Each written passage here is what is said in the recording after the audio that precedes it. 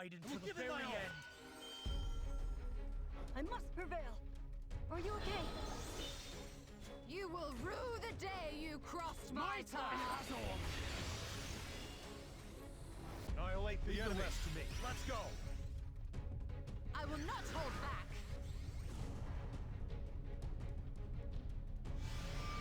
Sorry, your help was much needed. It ends here. Let me help. Leave the rest to me. Sorry, your help was much needed. We'll look here. Yeah. Come on now. It takes more than that. You will fall. Right there.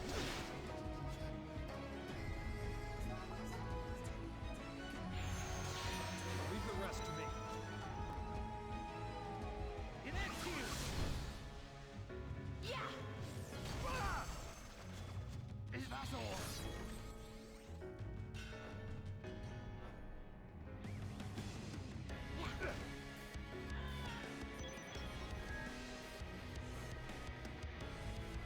I won't hold back. Do your worst. I know Sorry, you won't. your help was much needed.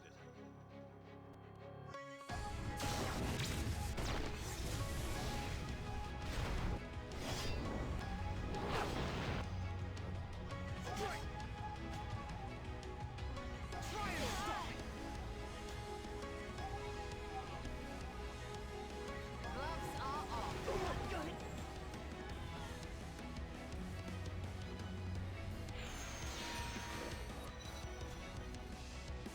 You will fall! Victory is ours!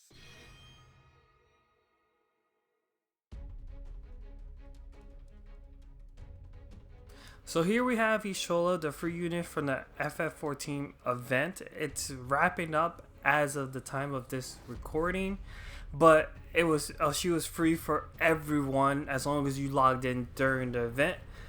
And as far as in my opinion, everyone should take her to 120 no matter your status as a player.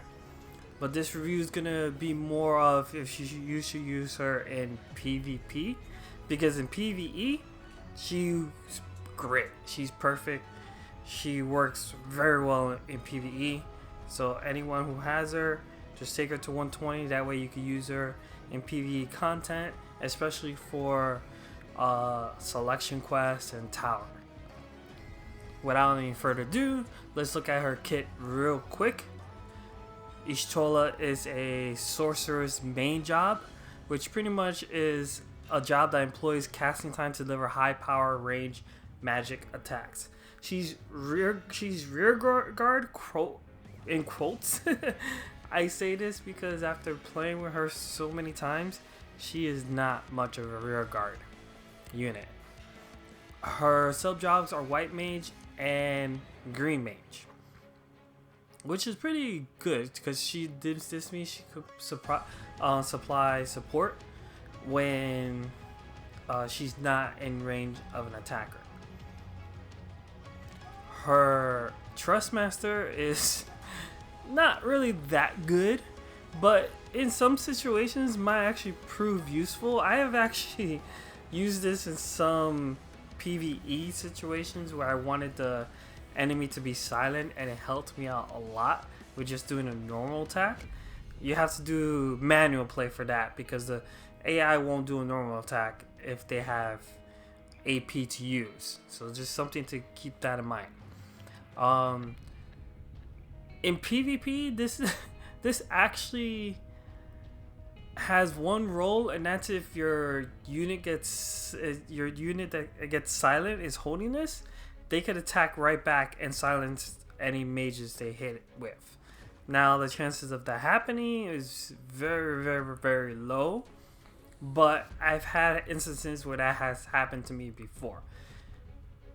With that said, it's not really worth a Trustmaster to equip unless you're a new player, because it does have some magic stats, and just throwing some Trust stones on it will make it even better, especially for a beginner staff, because you could just give it more stats from there.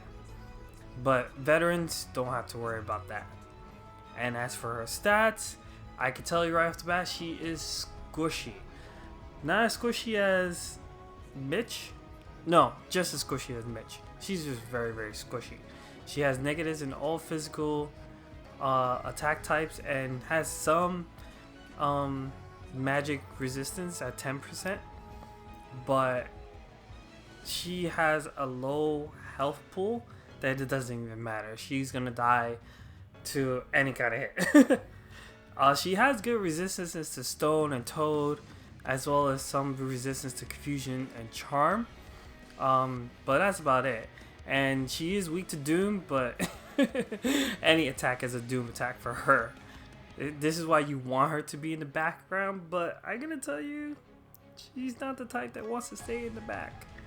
Not at all. With the introduction of Master Ability 2, they gave Y'shtola a big upgrade with this. She became a not so worthy free unit to a free unit that's very much worth it. Her damage output is the same as Black Rose Helena's magic output, or any other UR magic wielder in the game, and they give this to you for free. So just something to keep in mind. Although she's super duper squishy in a PvE setting, that's not much of an issue.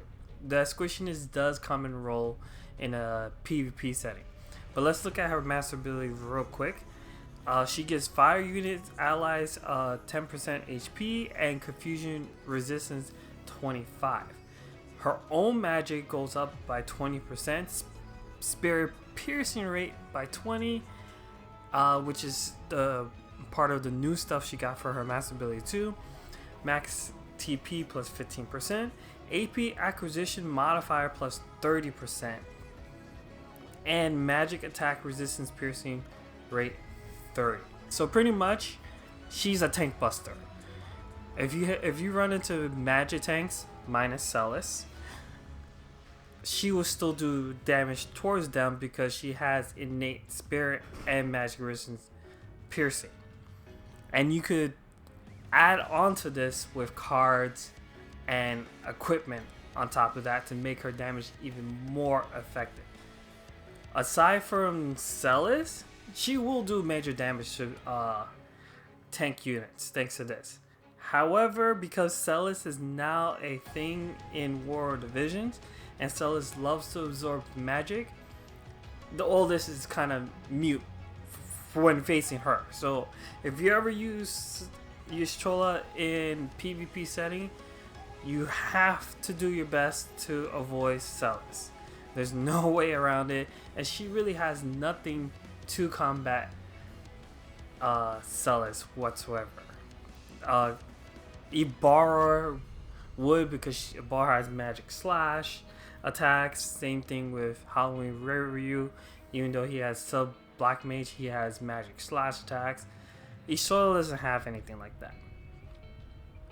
When going to her buffs, her support abilities, Emerald Echo is the one that stands out the most because her buffs and debuffs that she casts will increase by 1 turn, which to me, this is one of the best support abilities out there for any unit that has that's a mage or attacker. Like, it's a great green mage ability, and I really try to do my best to have this ability on if I can, because just having the duration of buffs for 1 additional turn is awesome, especially when there are Trust Master rewards that have abilities that only last 1 turn. That turns that 1 turn into 2 turns, and usually those abilities are really good for what they do, and that's why they have to balance it out for 1 turn. Turning that into 2 turns, phenomenal. Her other support is one of her 120 EX120 upgrades, which not only raises magic, but also gives her more magic attack resistance, piercing, and even accuracy on top of that. So she struggles a little bit less with evasion, but you're gonna have to add more accuracy on her so that she can hit evasion, because targets like Elena can still dodge. But she has sub white mage as her sub job, and have access to holy, so the accuracy isn't too much of a big deal, because holy is a guaranteed hit. Her other support abilities are March of the Saints, which helps against fights where Doom is cast a lot. I'm looking at you, Bloody Moon fights. And then Savior's Protection to add some more magic resistance for her. She's still gonna die though, so maybe in those PvE fights that are mainly with mages, this will help, but it's not worth it in a PvP setting. I tell you that right now. These are the two support abilities you're gonna want to have for PvP. Her reaction ability, Manify, is pretty good. It pretty much gives her more AP recovery when she takes damage, if she can survive.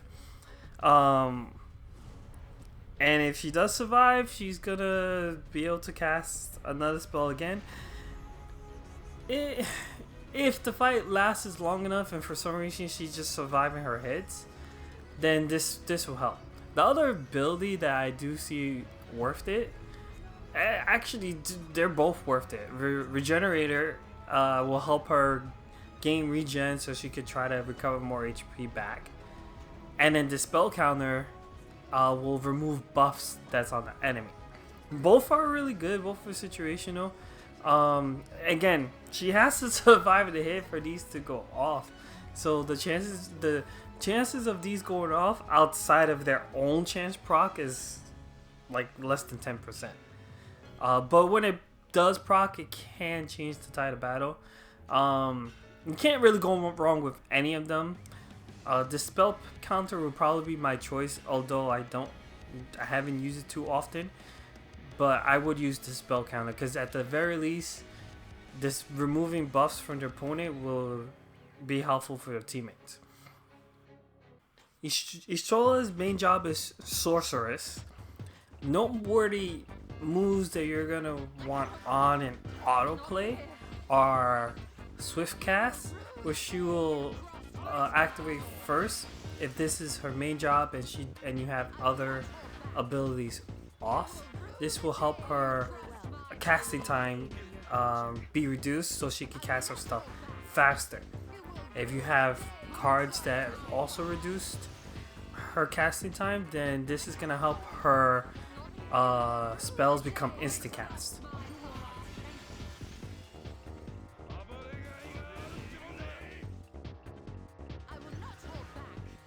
Xenogalassi 2, which gets an upgrade in EX120 level, and not only will it will do damage based on her magic stat, and it will also have Man-Eater on top of that, so this is gonna do even more damage. It's a large hit, it hurts. Her level 120 skill, Scion's Greater Fire, will raise her magic attack piercing rate for 3 turns, then deals fire damage based on her magic stat. Now keep in mind, she has Emerald Echo as a support, so this 3 turns will be 4 turns. She also has access to Sharp Cast in her sub job Sorceress. Foul, which is a wide range move. It deals fire damage based on the magic stat, something that might work in situations when enemy units are huddled up together and you want to do as much damage as you can with as many enemies as possible. If you ever decide to do her white mage sub job, which to me would be a good sub job, especially for PvP, she will heal your allies when there's no enemies around. So her AI is pretty good in that. Her AI is similar to Black Rose Helena's AI. If no enemies around, she'll heal. The only thing is, if enemies around, she'll run up to them and do damage. She also has access to Holy. So if you running into a lot of evasion units, then you're gonna want White Mage Subjob as a mandatory thing, because Holy is a guaranteed hit. Away with you. Green Mage Subjob is a subjob you want to have if you're trying to keep her in the back as much as possible. But at the same time, she also has access to Ruin, which is a non-elemental spell. I wish she had access to Flare, that would be so much better. But Ruin is not so bad. When it comes to equipping Y'shtola, she's still your generic mage. So anything that increases her magic is a plus. And then any additives you want, it would be based on the situation. But the general consensus, if you want to have either spirit penetration or magic attack resistance penetration, or both if you can. You want magic attack up, and if possible you want some sort of eater, preferably man eater, but any elemental eater helps if you're facing that element. So for example here, if you have the Shadow Dragon Staff, which is Gomez's staff from Final Fantasy XIV event, it provides light eater up and magic attack up. And light is very popular in the meta right now, so that's a good option. And then Cypress Pile here arrived when Black Rose Helena came into the game, so this might return often. I don't not too often, but it will return. Not only does it grant confusion or normal attack, but it also has magic attack resistance piercing rate up. So again, this helps Y'shtola become a tank buster with this rod. So there's another example. If you're around for raids, the Soul Damasa comes around pretty often as a raid item. Not only it provides silence resistance and some magic attack resistance, it also has magic attack piercing rating up as well. Keep in mind, if two equipments have the same bonuses, they do not stack. So you don't want this and the Cypress Pile equipped at the same time, because the magic attack resistance piercing rate won't stack with each other. So it's one or the other, and then you want to add something else that's different, so you could make the fullest of what you have. Gamia Coat is another raid item. It provides more magic. This is unique armor piece for mages to have. So if you manage to get this is perfect for Y'shtola. Platinum Rod is your basic generic rod. So for beginners, I recommend this because it provides magic attack up if you don't have any other rod that will help out. And there's probably other rods that I'm missing. I'm going based off of what I have and what I made. But just look at the rod, see what it provides, look at the stat. You mainly want magic type, but if it is an aim type, that's also good as well, assuming you're not doing White Mage Subjob that has Holy. But if you are using Holy, then go full magic. Some noteworthy Trust Masters. Helena's Trust Master reward provides some magic. It will give the person a barrier, and based on like what Troll Stones you have, you could give it more magic, and whatever abilities you want on it. But what's good about her Trust Stone is not only gives the barrier, also provides some agility. So the faster she's nuking enemies, the better. She's a glass cannon, so she's just going to go in and nuke as many targets as she can before she goes down. The Silver Rim Spectacles are an accessory that has spirit piercing rate up. So if you have these are good for her as well. It has some blind resistance, but again, you have access to Holy, so you're not too much worried about getting blind, but it's there if, just in case. Another Trustmaster that's noteworthy thanks to the introductions of Trust Stones would be Shell's Trustmaster Award, the Ingus Staff. It provides some magic attack up, but also provides spirit piercing rate up. Now, something to keep in mind with the Trust Stones, whatever bonus is in here will stack with the abilities that are in the weapon. So notice how I have Trust Stones that have that line up here that will give me the spirit piercing rate up of 10. This 10 adds up with the 15, so I'm having 25 spirit piercing rating up with this alone. And I'm not as hardcore with these stones as other players are, so just by having green stones, you're gonna have the bonus. Another Trust Master for Ishtola would be Magical String. This is Salir's Trust Master. It gives Man-Eater upon magic attack 20, and again, adding Trust Stones is gonna make that even better. And finally, Zombie Mask, which is Halloween Ryu's Trust Master. She's squishy, so why not? Just hope that she doesn't die right afterwards when she revives. It also provides some accuracy and magic stat boost, and then whatever Trust Stones you want to use on it will give it additional abilities. One more Trust Master along the lines with the Halloween units. Leela's Trust Master is pretty good for Ishtola because she's already a tank. It provides some agility for her. No magic stat, but it will significantly raise her magic for 3 turns. With Emerald Echo, that'll be 4, and raises her accuracy. It will lower her defense and spirit, but Ishtola's already a glass cannon, so that's not too much of an issue, honestly. Even without this, you're still gonna die in one hit, so if you're gonna die in one hit, might as well nuke as many as you can before you're dead.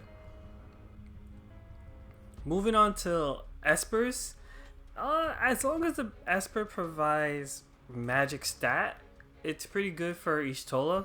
There really isn't a perfect one for her right now because the ideal one would be one that's fire element, and none of the fire element Espers have anything that helps with fire units.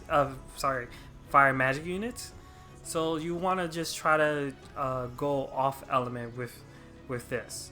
So Diablos is the most famous one for magic units because he has magic attack up, a good magic stat, and also has some accuracy, critical hit rate, magic up stat, and provides some slash resistance. But again, she's squishy, so that wouldn't matter too much.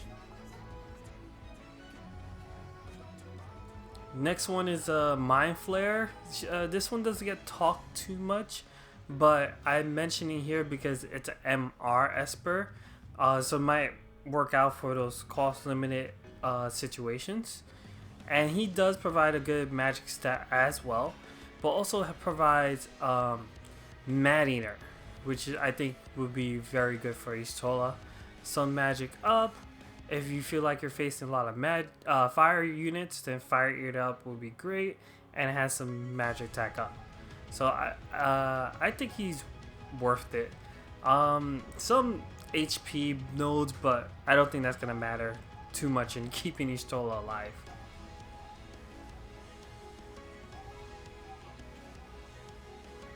Shiva's another Esper for magic units.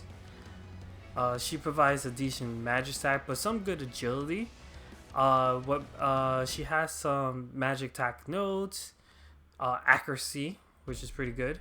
If you wanna have Ishtola have Shiva, it's more for the speed because she does provide good speed for Esper, especially for magic units.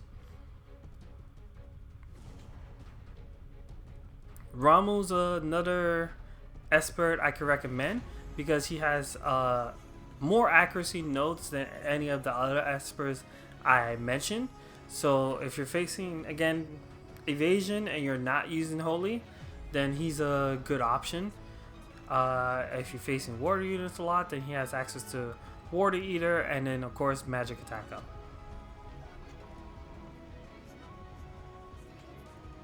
And then the final one I want to mention would be great for any newer account, and that's Cactar.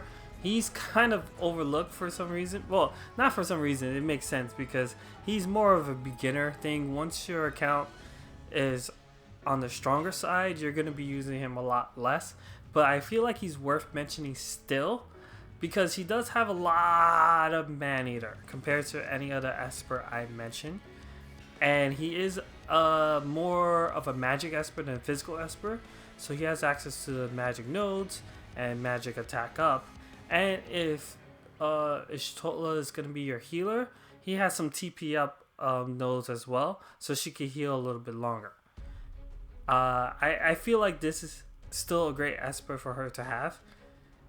For any account, but especially for beginners. Just like with equipment, for vision cards, as long as you're raising her magic stat, her ways of doing more damage with Man-Eater, or reducing her cast time, any vision card would be great for her. But these are some notable ones, and I'm probably missing some again. But I feel like these would probably be top picks based on content or what you have. So let's get into it. First up is Omen. This is from the Final Fantasy VI event, and although it is tailored for Terra, there's no reason why Y'shtola can't wear this because it's everything for Y'shtola as well. Man-Eater up, some Spare up, even though that's not gonna help, and missile resistance. Again, not gonna help too much. Bestowed ability is gonna be for all fire units, and is gonna provide fire attack up and some HT. So maybe she could survive a hit with this. Maybe. The second bestow ability works for Terra. That's why this card is mainly for her. But if you have access to this card and aren't using Terra or don't have a Terra, then Y'shtola will love this card. This card is also great for Mitch too. Next up is a card in the general pool. If you don't have Fire Omen, then this card is just as good too. It also provides Man-Eater up upon magic attack. So it's a rainbow effect too. So any mage could take advantage of this, or this could be part of your sub VC slot. And for the bestow ability, you get a little bit more magic stat boost for any mages holding this. The other two bestowed abilities only work for Skullhall and Lorelei, so not too much there, but it's a good alternative. It's in the pool and anyone can get access to this. Next up is Black Rose of the Battlefield. I feel like this is a staple for any mage to have, not named Black Rose, because it provides agility and accuracy for any mages holding this. And in the world where meta is evasion, accuracy is always good to have. Next up is Bringer of Shadows, which is part of the Final Fantasy XIV event. This card is for Y'shtola to hold when she's in a team full of physical attackers. So the idea of this card was for Y'shtola to hold this while also helping Thancred, a partner Thancred out, or any other unit that's on the same team as Y'shtola, as long as they're a physical attacker. Because the party ability is gonna provide attack up 50%, and fire units are gonna gain some pierce attack resistance. But the bestowed ability is magic up 30%, which is pretty high for a bestow ability. Keep this in mind. If she's holding this and someone else is holding a card that provides magic up 50% in the party slot, she's gaining 80% magic up because bestowed abilities stack with party abilities. Plus, this card provides a magic stat and some HP, so she could theoretically survive a hit, maybe, but the enemy unit has to be really, really weak for that to occur. But this is one of her cards that she's gonna want to hold if you want to achieve that high magic stat. Next up is Trousseau. This is your rainbow magic stack up card that's in the pool. So if you don't have any other cards that are specifically for fire, this is just as great. If nothing else, this could also be a sub-vision card slot card.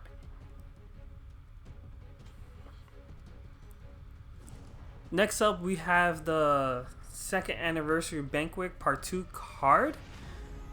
This is the MR card that everyone receives during the anniversary event. You might be still able to get it now, I'm not too sure. But the reason why I'm recommending this card because it's one of the few MR cards that have a magic up 30%, and newer accounts would have access to this card easier than the Ramen card that has 50% magic up. On top of that, this is a rainbow type of card because it provides ice, lightning, water, and dark units some additional HP. Doesn't help Ishtola too much in terms of HP department, but in a rainbow team, this would be very effective. Next up, we have Envious Magician. This has a bestowed effect that reduces cast time for the holder, which is great for Ishtola. The downside of defense down, it doesn't matter with her because again she's squishy.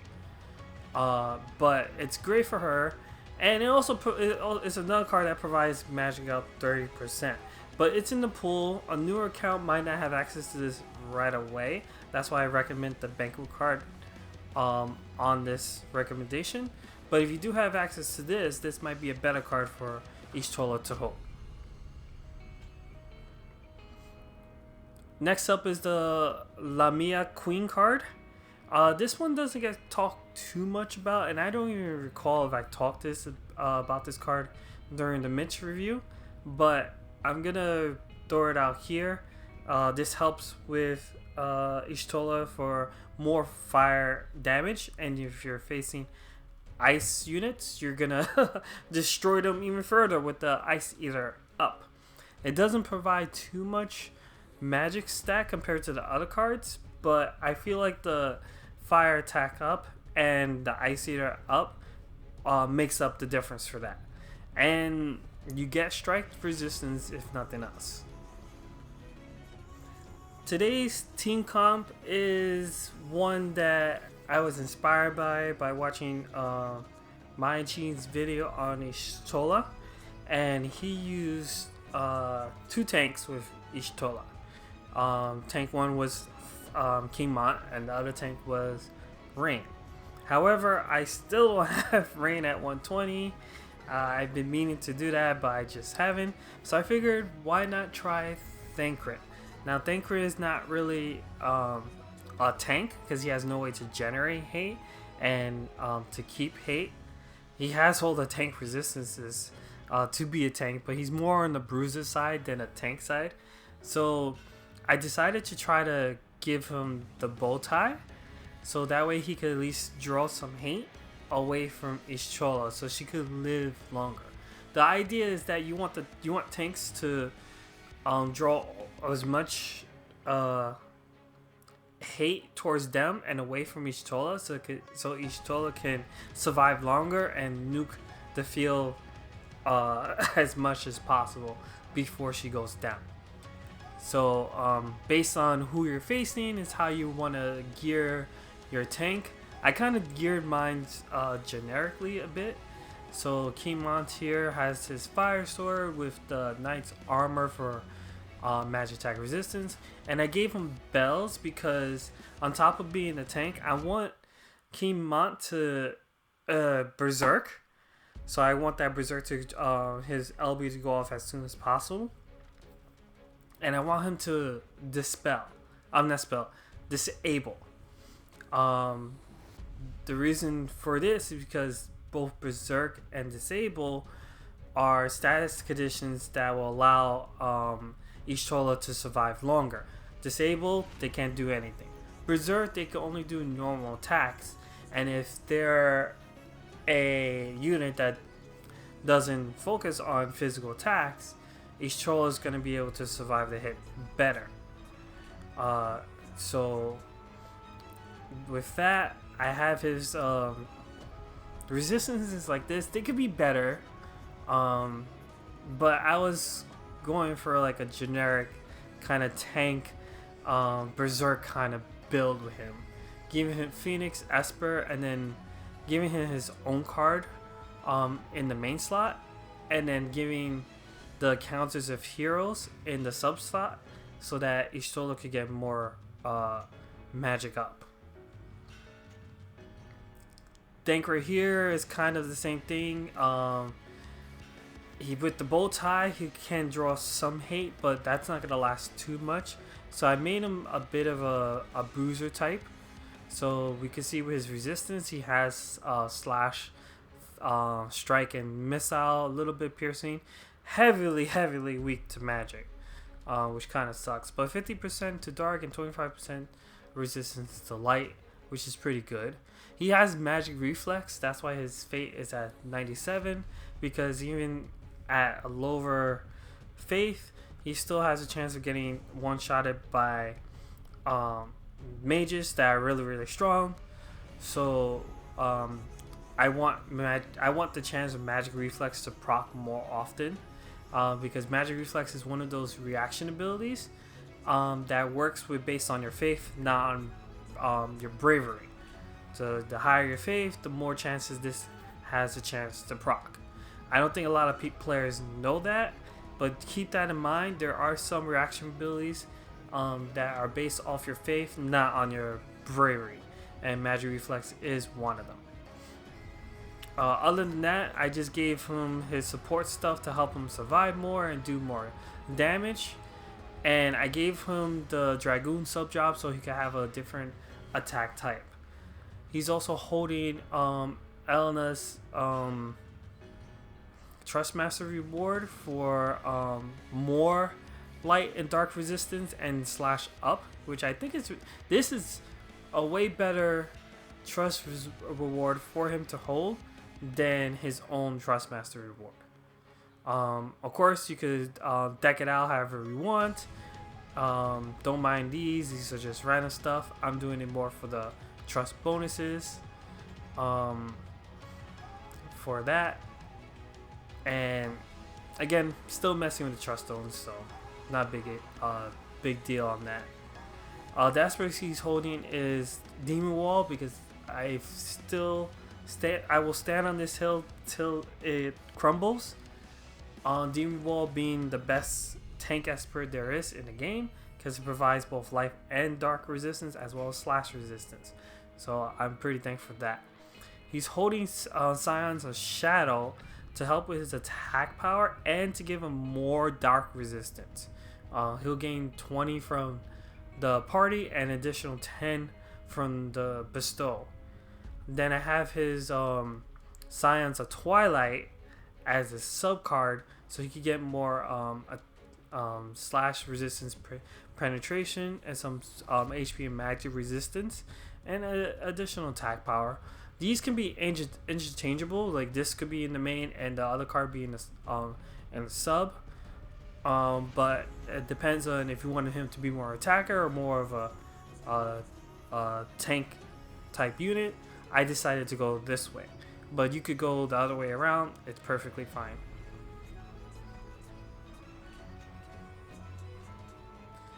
And then finally, Y'shtola herself, we're sitting at a whopping 1,635 magic. This probably can go higher, but I have to mess with this, as well as provide better trust stones.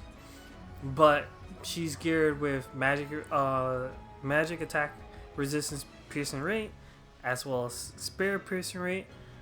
Bahamut Esper gives her the Man Eater, and then she's holding Bringers her Shadow in the main slot, so the other two can gain the maximum attack boost while she gets the magic up 30%.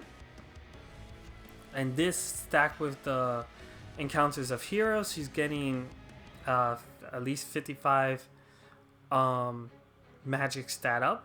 That's why she's at this high. Again, probably could be higher if I mess around with the VCs a bit. And then I put Omen as her sub card, so she could do a little bit more damage and gain some more HP on top of that.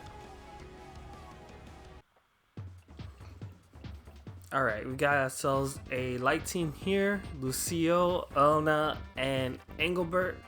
Let's see how this goes. Elena is the huge threat, but if Y'shtola could get a holy off and Elena does not have courage, then we have a chance. We don't have much accuracy on this team. We have accuracy, just not a lot of it. So I expect Elena to still be dodging attacks. Looks like Englebert's on the right side with Denkrit, so it's probably gonna be tank versus Denkrit for now. So that means it's up to King Monster to handle these two. But Elena's scary, that's for sure. Let's see, is she in range for Holy? Is this a Holy? Okay, this is a Holy. Let's see how much damage it's gonna do on Elena. 4k? That's not bad. Now King Mont's gonna pop his limit break. I don't think he's gonna hit Elena though. Oh, he did. Okay. That helps out big time. Because Elena's normal attacks really do nothing. Alright, King Mon served his purpose. He's down. Okay, that's huge damage. Bit overkill, but very huge damage. Now, if... see, I had a feeling that was going to happen. Y'shtola's in range for to go after Englebert. But we got a Holy right here. Let's see how much damage this is going to do. That's pretty good. Oh, Englebert didn't have his courage up. Okay. And then down goes Elena. That wasn't too bad. That Elena wasn't as evasive, or my accuracy was just good enough to go after her. Alright, next up we got some Earth Bros. We got Obreon, Zazan, and Noctis. Let's see how this goes. Earth is still pretty good. It's as long as Obreon does his one of his buffs up first, I think, and then I think he'd be fine after that. Plus, Obreon has 100% hit move, so he could do well against evasion. Zazan, I haven't studied his kit enough to know what he has. I know he has some decent stuff, and since he's evasion himself, he's able to hit other evasion units. Right, this buff's not gonna work too well because they're all Earth. Kimon was able to take that pretty well, and now we're gonna have a Keen Lilionis, but will he hit Zazan? That's the question. And it does, and they both get Berserk. So now Kimon should be able to tank these hits a bit. Y'shtola should heal this, while Noctis goes after Denkrit. Oh no, she goes for an attack. She was in range and attack. And pops the courage, so that's good. Down goes Zazan. Noctis is gonna go after Denkrit. That's huge damage. Greater Fire. 8k, that's pretty good. Alright, now it's just Noctis. So let's see what Noctis does. Goes after King Mont because King Mont put the hate up. But now he's in range for Ishola to do her magic stuff. Except Thancred just interrupt him. That wasn't bad. Ishola did some pretty good damage there. Alright, my final thoughts for Ishola. I didn't realize she had a tail. So yeah, my final thoughts on Ishola. I feel like everyone should take her to EX120 because that's when she's gonna be phenomenal. If you don't take her to 120, then she's not gonna be as useful to you, especially if you're trying to do selection quests, because selection quests do not account for Ishola. Keep that in mind. They made selection quests based off of the permanent MR and lower rarity units. They don't account for any MR or lower rarity units you get for free throughout the years. So if you're struggling with the fire selection quest, then Ishola should help you turn the tide in battle for that. If nothing else, she's a white mage that could provide some heals and raises. In terms of PvP, you're gonna want to stay away from using her in PvP. She can work. Granted, you have to put a lot of time and investment into it, but she can work in PvP. You just have to make sure she's protected as long as possible, and doing so might mean using 2 tanks, like how Mayangin did it in his video, and how I try to do it with Thancred and King Mont. You have to find a way for her to survive as long as possible. The downside is her AI loves to move forward to do damage. She doesn't like to stay in one spot to do her damage. So let's say she's in range with one of her attacks. Instead of casting a spell and stay in place, she will still cast a spell and still move up. And that's an issue that was in the past, that a lot of mages were fixed nowadays, but I feel like they kind of forgot her. So she won't stay.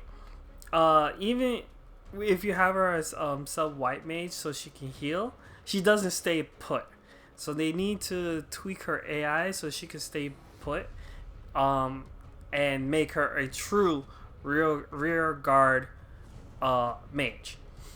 The only ways to make her truly stay back if you have her as a sorceress sub job, because her foul has a long range, so she doesn't have to move much to cast that. But then that takes away from you having access to holy, and if you can evade evasion, then that's fine. But since evasion's everywhere, you're gonna want that holy. You're gonna be doing massive damage to those evasive units. Now, do I recommend her 120 skill? I do, because she has access to Emerald Echo, so that 120 skill is gonna give her magic attack resistance, piercing rate. That is a mouthful, by the way. Up for 4 turns instead of 3 turns, which means she's gonna be nuking everyone, including magic tanks, minus Celis. Another reason why I wouldn't suggest playing with her in PvP, because Celis is a thing right now. Celis absorbs magic, and Ishola has all magic based attacks that are reflectable. So if you're gonna use her and Celis is around, you have to use her as a support, and she's not a support unit. She's a damage dealer. At the very least, she's a damage dealer. She can't provide support, but the heals can happen every now and then. That's fine. That keeps her from allowing her to do stuff and gain some more AP. But she's more a damage dealer. So that's why I don't recommend her for PvP. But I still recommend taking her to 120, getting the 120 skill, and having a blast with her because her damage output is worth it. A free unit that acts like a UR damage unit, I feel like it's worth it. But with that said, I hope you guys enjoyed this video. I'll catch you guys next time. Laters.